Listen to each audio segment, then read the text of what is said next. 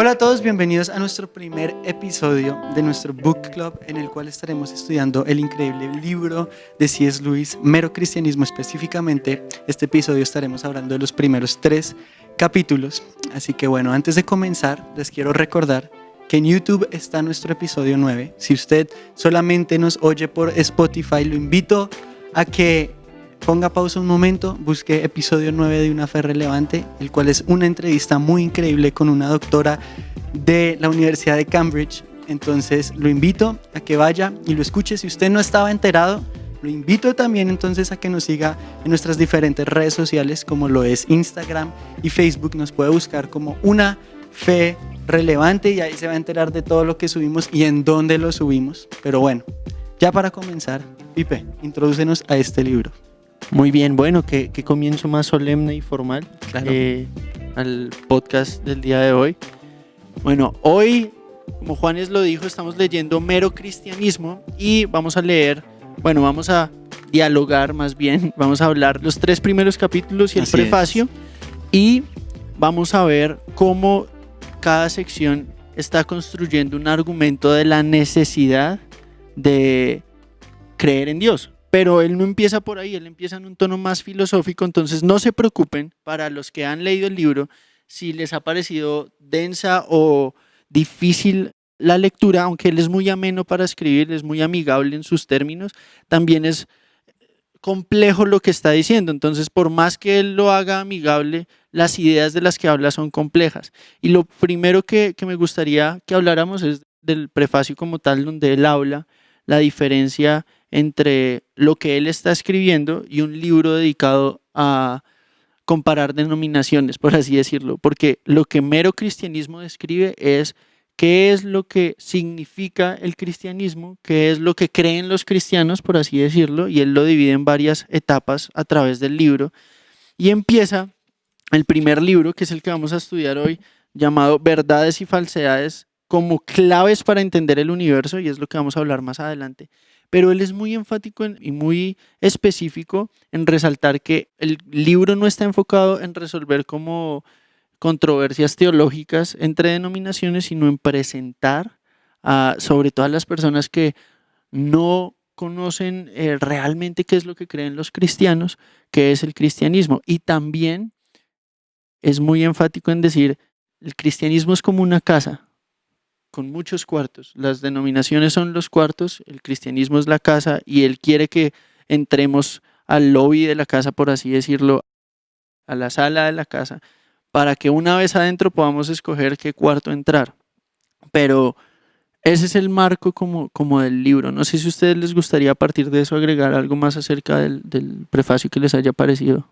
Sí, de hecho, habían 2 cosas, ¿no? Uno, Bueno, él es Carlos, ¿no? O sea, si oyen hola. una voz rara, es Sí, porque es nuestro amigo Carlos. nuestro amigo que es del podcast, pero por lo general está más detrás de cámaras. Estuvo la mesa redonda, en el round table que tuvimos. En vivo, sí. Exactamente. Bueno, no sé si fue en vivo o No, fue en vivo. Oh, perdón. No, fue el 4.º episodio. Fue el cuarto Fue el cuarto Sí. episodio, qué vergüenza con ustedes.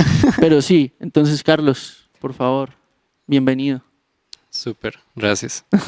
Y ahorita que estabas hablando de esta casa, que la vemos como lo que es el cristianismo, vemos que la casa pues tiene sus reglas, ¿no? Y dentro de la casa están estas variaciones, que es como las vertientes del católico romano, del Protestante. Ajá.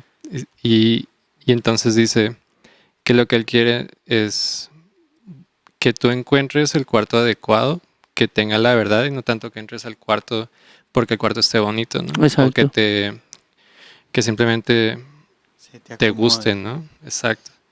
Entonces, también él busca defender en este libro lo que él cree y no tanto imponer o como aventarte su posición para que tú entonces entres a su posición, sino que tú busques como la verdad absoluta y que tú estés en ese cuarto. Eso es verdad. Y ahorita que mencionaste católico romano, sé que muchos de nuestros oyentes de pronto levantarán la ceja, pero básicamente lo que él quiere exponer es que simplemente quiere darnos un panorama del cristianismo en general. Y algo que me parece muy interesante de este prefacio es que él habla de cómo envió el manuscrito la segunda parte Libro. del libro, o el segundo libro, como él lo llama, que es ¿qué creen los cristianos? Acá dice, lo que creen los cristianos, más bien. Y que se lo envió a un presbiteriano, a un metodista, a un católico y a un anglicano. Y mucha gente dice, ¿qué rayos es eso? No nos vamos a detener a explicar qué son cada una de esas vertientes, pero me parece interesante que haya hecho el intento por presentar algo que a la persona que no conoce lo interese y no discusiones internas que puedan alejar a las personas más que acercarlas. Inclusive dice, yo no quiero participar en que alguien que está como peleando entre si va a escoger una u otra, Exacto. sino elige tú a Tú haz tu tarea. criterio, Exacto. ajá, Exacto. qué cuarto entrar, ¿no? Eso es muy bueno. Ahora vamos a pasar al primer capítulo. Entonces el primer capítulo abre con una explicación importante y que hay que masticar despacio. Entonces todo en este libro no es un libro que podamos leer como deprisa, de afán. Es un libro que necesitamos meditar porque aunque los capítulos son cortos, dicen muchas cosas en muy poco espacio que uno tiene que Densa. Que masticar. Sí, que masticar, literal. Déjame masticar esa idea. Sí, total. Pero es muy interesante una vez uno lo entiende. Por ejemplo, está la ley de la naturaleza humana, el primer capítulo, uno. ¿no? Él abre la escena con una discusión. Dice, si nosotros miramos cómo vive la gente, vemos cosas interesantes en sus discusiones. Por ejemplo, dicen cosas como esta, dice él. ¿Qué te parecería si alguien te hiciera algo así? Ese es mi asiento, yo llegué primero.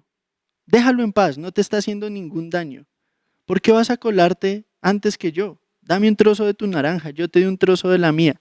Y lo que él quiere decir con eso es que en todas estas declaraciones la gente está apelando a un cierto modelo de comportamiento que espera que el otro hombre conozca. Y la otra persona rara vez contesta al diablo con tu modelo, sino que casi siempre intenta demostrar que lo que está haciendo no va realmente en contra de ese modelo. Entonces nos abre el panorama a un modelo de comportamiento que todos los seres humanos tenemos en común, ¿cierto? Sí.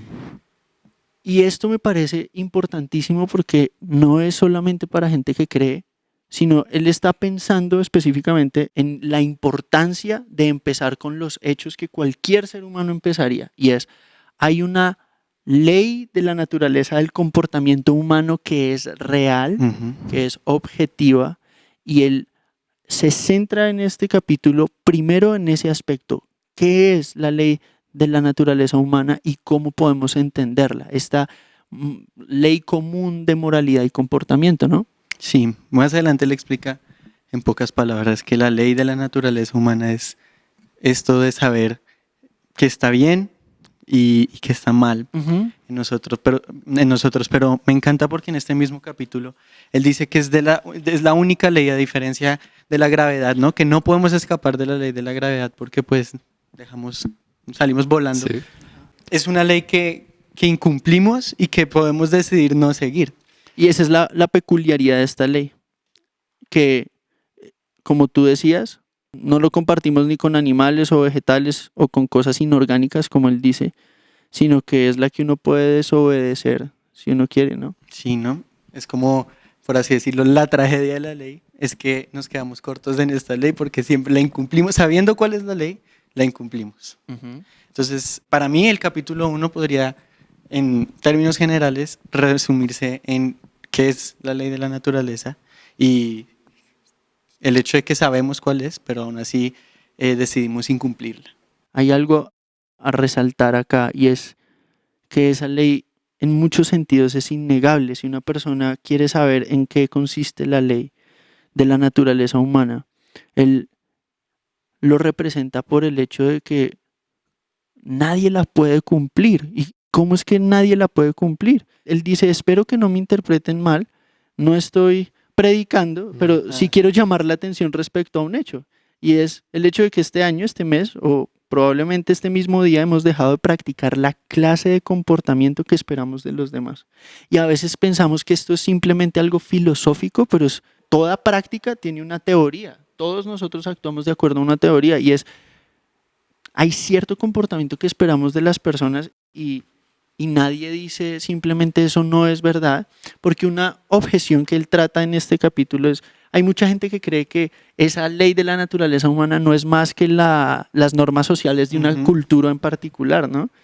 Y no es verdad cuando él dice que a pesar de que ha habido muchas civilizaciones y muchas culturas, es impresionante que lo que tienen en común moralmente es mucho mayor Mm. que lo que no tienen en común. La forma de practicarlo cambia, pero en sí los principios son los mismos. Y que no se pueden no pueden escapar de esta ley, ¿no? También le agrega, al final, nacemos con esta curiosa idea de cómo deberíamos comportarnos, de qué manera comportarnos. Ajá. Y esta curiosidad es inevitable, ¿no? No se comportan como deberían. Entonces, las culturas, Exactamente. Se si hay algo que ponen, las une, es esta ley, por eso es una ley, ¿no? sí, y que siempre sobresalta eso de que pues luego sale lo que es el buscar lo mío, ¿no? Que Mm. sobrepasa a la otra persona. Y todos vemos eso como una infracción, por así decirlo, a la De ley. este código de conducta. ¿no? Exactamente.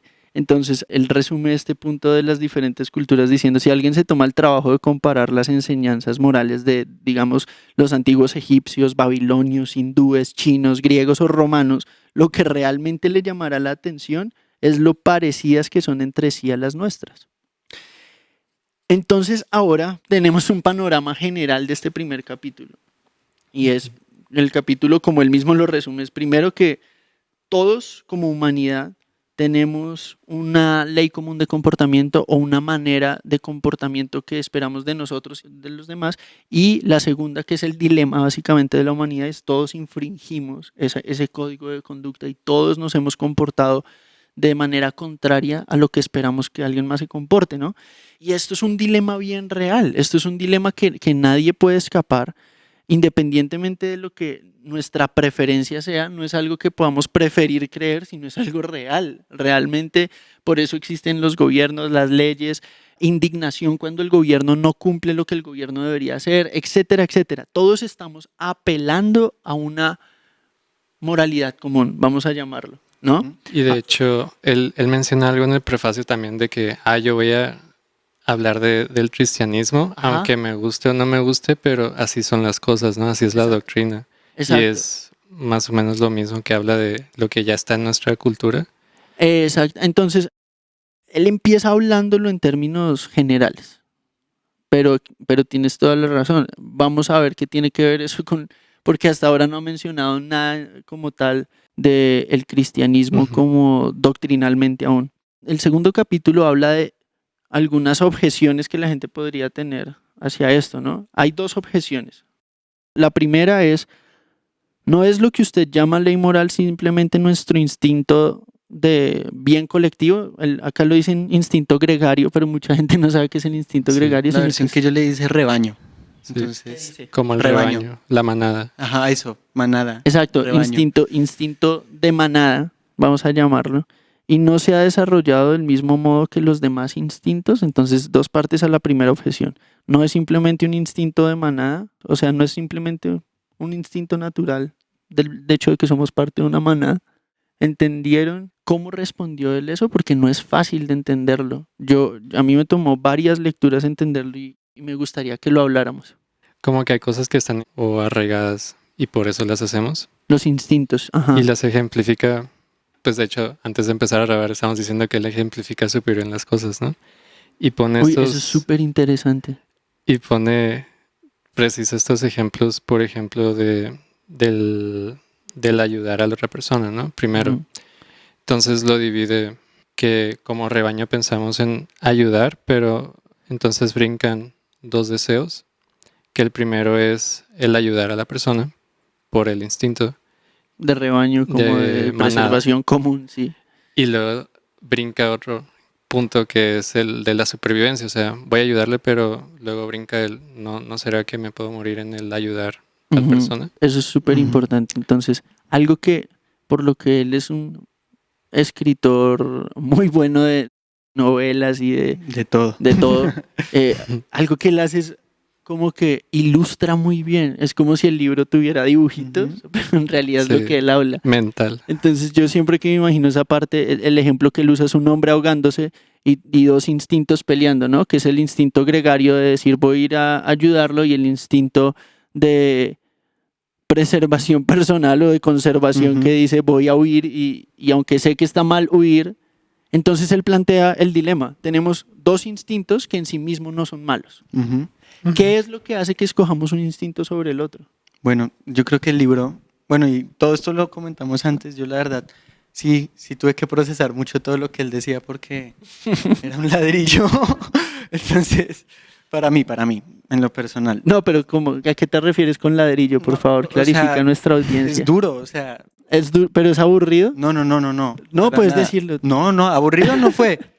Aburrido no fue, pero sí te hace pensar. O sea, es un libro que no lees sin poner atención. O sea, Sí, la verdad. no es como que puedes hojear el libro y decir, tengo la idea, porque no. Me di cuenta que no. Más bien repites la página. Exacto, ¿no? Terminas la última línea Es de estos libros otra que vez. si no pones atención No, te terminas pierdes. leyendo la misma oración 200 Sí, veces. sí. Pero no, él dice una cosa bien increíble y es que esto no es como el instinto de la comida que me da hambre y como, o no es como, está por encima de un reflejo, ¿no? Entonces, más allá de ser un simple reflejo, él da el ejemplo del piano. Ese es otro muy buen ejemplo. Es otro muy buen ejemplo. La partitura es la que habilita a las teclas del piano a sonar en armonía y bonita, ¿sí o no? Exacto. Entonces las teclas son los instintos Ujú. y la partitura lo que dice cuándo se toca cada tecla, es Exactamente. decir, la ley de la naturaleza ley humana. de la naturaleza humana. Es decir, la ley de la naturaleza, más allá de ser un instinto más como el de la comida o el de la maternidad, está por encima de estos instintos y es el que le da el orden a estos instintos. Es decir, si esta ley fuera un instinto más, no podrías saber cuándo usar un instinto Exactamente. u otro. Porque algo que él menciona es, necesitamos algo que nos diga cuándo está bien usar el instinto de conservación o el instinto mal. gregario, cuándo está bien elegir entre Ujú. estos dos, y no puede ser un instinto el que nos diga eso, sino algo Algo que los encima. dirija.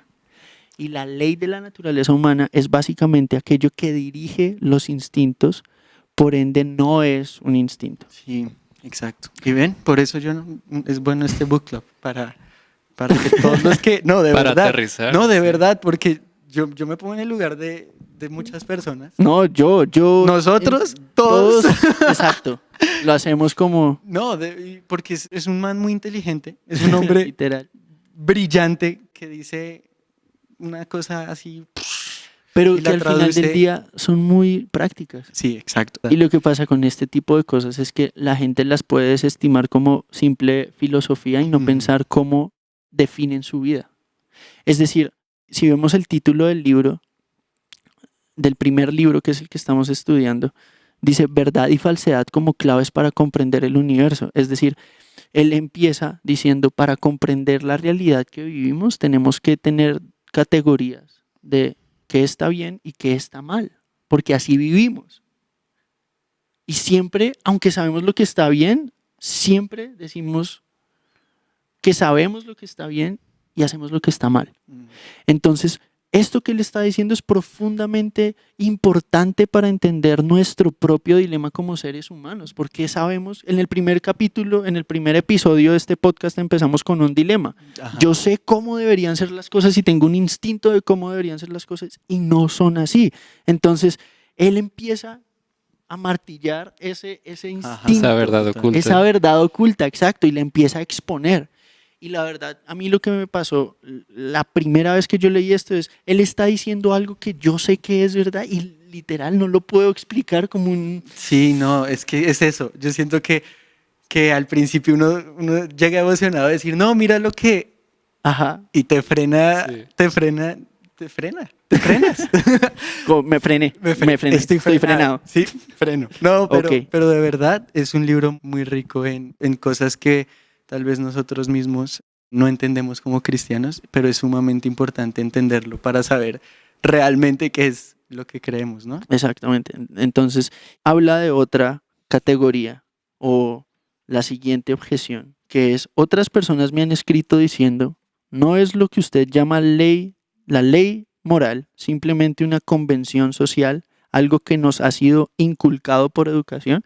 Básicamente no es la ley moral simplemente lo que Hemos aprendido. por nuestra crianza, exactamente. Entonces, él respondió en parte esta pregunta en el primer capítulo cuando dijo lo de las diferentes civilizaciones y lo que tienen en común, pero Sí. ¿cómo más les pareció interesante que explicó esto? Pues ahí habla de este ejemplo, otro ejemplo, de la tabla de multiplicación que todos aprendemos pues en la escuela, que un niño en el desierto, en una isla desértica, pues no lo va a saber, ¿no? Y que no podemos comparar estas dos pues aprendizajes o O sea, que no lo va, él dice que el niño en la isla, aunque no lo sepa, no quiere decir que no existan las tablas de multiplicar, sino que simplemente es una realidad que él no conoce.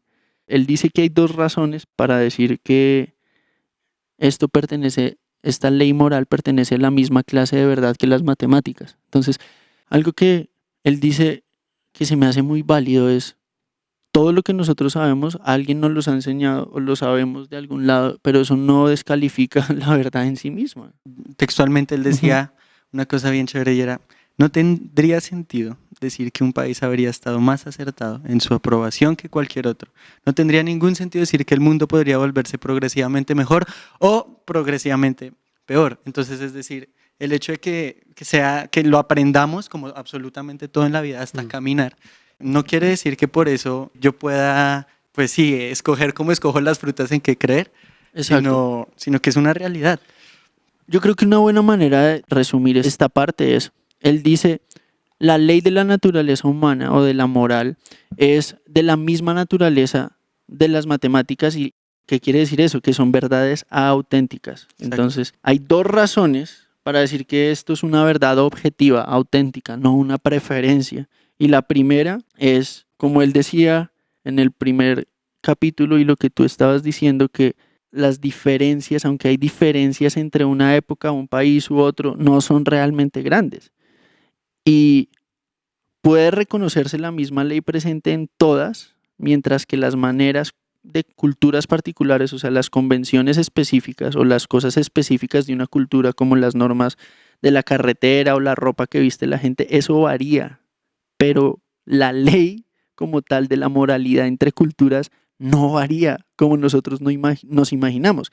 La segunda razón es lo que tú decías, la moral de un pueblo versus el otro. ¿Cómo sabemos que una moral es mejor que otra? ¿Cómo sabemos que la moral cristiana es mejor que la moral nazi? Porque hay una ley de la naturaleza humana que nos guía, ¿no?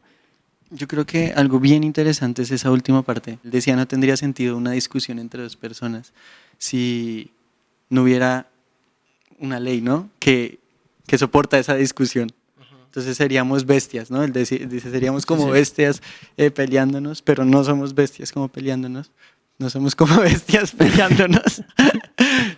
Porque hay esta ley de la naturaleza humana que rige, o sea, queramos o no. Que es un estándar. Que rige. Exactamente. Ahora, entonces tenemos hasta ahora lo siguiente. La ley de la naturaleza humana es verdad, todos la infringimos, no es simplemente un instinto, sino que es lo que rige los instintos. Y dos, es una verdad objetiva y lo sabemos porque a través de la civilización hemos visto que las costumbres cambian, la vestimenta cambia, pero este sentido de moralidad y comportamiento no cambia. Y segundo, porque podemos distinguir una moral corrupta y una moral verdadera. Entonces, en el capítulo 3, ya que tenemos este breve resumen, tenemos la realidad de la ley. A ver, ¿qué es la realidad? ¿Por qué esta ley es real? Es decir, podemos decir que la ley de la naturaleza humana es simplemente un ideal, una fantasía del buen comportamiento, o podemos decir que es simplemente las cosas que nos convienen a nosotros por conveniencia. Ok, bueno, Carlos, tú me dirás si estoy en lo incorrecto, pero... Tremenda formalidad. Sí, claro, Carlos, es que ya le va así es Luis. Por favor. Entonces ya tengo que... Si uno se siente más Sí, inteligente, claro. pero cuando habla, pero cuando hablan, no. se da cuenta que uno sigue igual. Que uno, sí, en vez de decir conveniencia, de pronto dice convivencia, ¿no? Y hay que repetir esa parte. Hay que Pero repetir esta sí. parte, pero no importa. Pero para mí el capítulo 3 fue fuerte, ¿no? O sea, un capítulo muy Es bueno, un reto, la pero verdad. un capítulo exacto, que era un reto. Como decía inicialmente, que no es por conveniencia esto de la ley de la naturaleza humana, porque muchas veces no es conveniente seguir esta ley de la naturaleza y por ende muchas veces tendemos a desobedecerla. Pero sabemos que a veces es incómoda esta ley, a veces va en contra de mí, vuelvo y repito, como por octava vez, de nuestra conveniencia, ¿sí o no? Algo que me parece interesante es, él empieza el capítulo hablando acerca de la pregunta afirmación que de la gente que es, pues, bueno, pero ¿quién es perfecto? Nadie es perfecto. Y él responde, esa sería una buena respuesta si estuviéramos intentando fijar la cantidad de culpa que tenemos por no comportarnos como esperamos que se comporten los demás. Pero no me compete eso en absoluto. Por el momento la culpa no me concierne. Lo que intento averiguar es la verdad. Eso me parece súper importante porque esto no se trata de decir, bueno, resignarnos con el simple hecho de, ay, pero ¿quién es perfecto? No, se trata de decir qué es la verdad acerca de este asunto.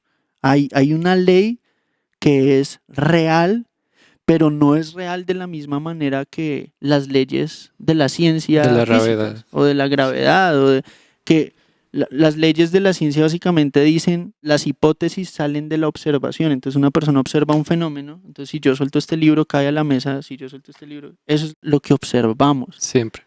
Pero cuando vamos al ser humano es más compleja la cuestión porque no nos comportamos como sabemos que deberíamos. Y eso demuestra la realidad de la ley, que no nos podemos deshacer de este pensamiento de decir, la volví a embarrar, colombiano, o La regar, regué. mexicano, o no sé cómo se diga en otros países, La- me limito a lo que sé. Sí, sí. No vaya a decir, ay, dijo una grosería. Y, Sí, no, sí, sí. eso me ha pasado mucho, pero eso no tiene nada que ver con el podcast. Lo que me parece importante entender es la naturaleza de esta ley es algo que sabemos porque somos humanos, pero no porque sea algo observable como los organismos o como lo que vemos fuera de nosotros, sino que es algo interno que compartimos con toda la humanidad que no observamos en otras especies, por así decirlo, ¿no? O Entonces, cosas inertes, ¿no? Que dice. ajá, Pero pues la variable está aquí, ¿no? En el corazón. Y la va exacto. encaminando. Acá hay una conclusión que me parece bueno para empezar a redondear. ¿Quieres decir algo antes de? Como él concluye el capítulo número 3, y es hay algo que está más allá y por encima de los hechos ordinarios del comportamiento humano, y que sin embargo es definitivamente real, una ley real que ninguno de nosotros ha formulado, pero que encontramos que nos presiona. Lo que yo iba a decir que es después de eso, dice, sin embargo, no es un hecho en el sentido corriente de la palabra. No es algo que alguien que, digamos, que observara la humanidad desde afuera podría decir, esta ley no es algo que es observable desde afuera. Ujú. Esta es una ley interna común a nuestra especie como seres humanos y dice, no es un hecho en el sentido corriente de la palabra, no del mismo modo que nuestro comportamiento real es un hecho. Casi parece, tendremos que admitir que hay más de una clase de realidad. Y concluye diciendo, esta definitivamente es una ley real, que ninguno de nosotros, como tú decías, ha formulado, pero nos presiona. Casi tenemos que admitir que hay otro tipo de realidad. Esa frase me parece muy importante porque es el tipo de realidad que sabemos que está, pero que no podemos controlar con simples mecanismos físicos, sino que vemos que nos presiona a nosotros a actuar de maneras que independientemente de que nos guste o no, que sea conveniente o no, Ujú. debemos hacerlo. Es este sentido de deber. Y me parece que en el clima, y esto lo digo como a modo de conclusión y ya ustedes podrán añadir sus conclusiones personales de lo que aprendieron, pero personalmente el aprendizaje, esta vez que estaba leyendo, vivimos en un ambiente y en un clima político y social donde todo el mundo clama por justicia y cada vez se hace más difícil negar la realidad de esta ley en medio de una sociedad que clama por justicia, que clama por vindicación y por años, de pronto por muchas generaciones, y todas las generaciones tratan de una manera u otra, tratamos de una manera u otra de suprimir esa ley de la conciencia humana, la ley de la naturaleza humana, que en tiempos antiguos era fácil para la gente admitir como algo que daban por sentado, y ahora hay que explicarla de tal manera que podamos probar su realidad. Y creo que es evidente en el clima político en el que vivimos y en el clima social, económico y de todos los sentidos, familiar, que hay un constante anhelo y un constante grito en el corazón de justicia que el mismo corazón no cumple. Nosotros exigimos justicia, vindicación, que nosotros mismos infringimos, pero como nuestras infracciones, por así decirlo, son en una escala menor, las justificamos apuntando hacia algo que en nuestros ojos es más grave, lo que resalta dos cosas: la realidad de la ley y la hipocresía de nuestras indignaciones personales en muchos sentidos. Este libro es profundamente confrontante y me recuerda un texto y algo que siempre tenemos que preguntarnos cuando leemos este tipo de cosas ¿es esto un concepto bíblico?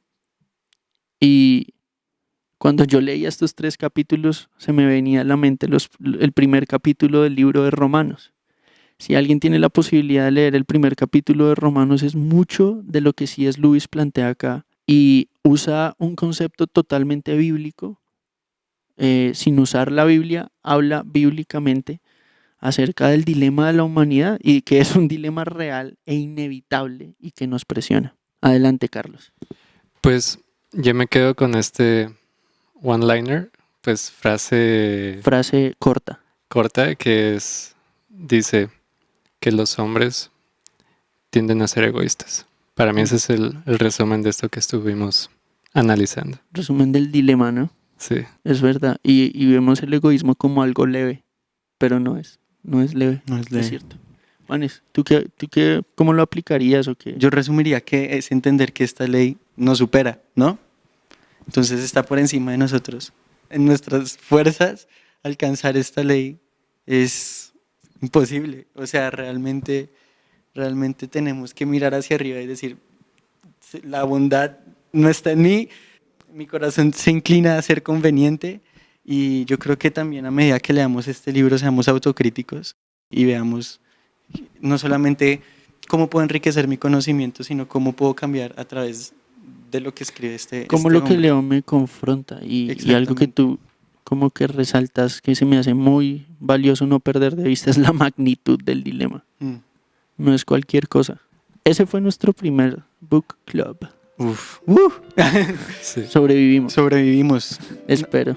Una última invitación: no desistan, porque una vez uno encuentra cómo es, valga la redundancia y el cliché, cómo es relevante ver que los aspectos difíciles de entender realmente son prácticos y útiles en nuestra cotidianidad. Hay como cuando uno resuelve un problema de matemáticas, este fresquito, pero en términos de este libro, ese fresquito es como: voy a descubrir algo acerca de mí que necesito aprender. Muy bien. No, qué increíble, la verdad.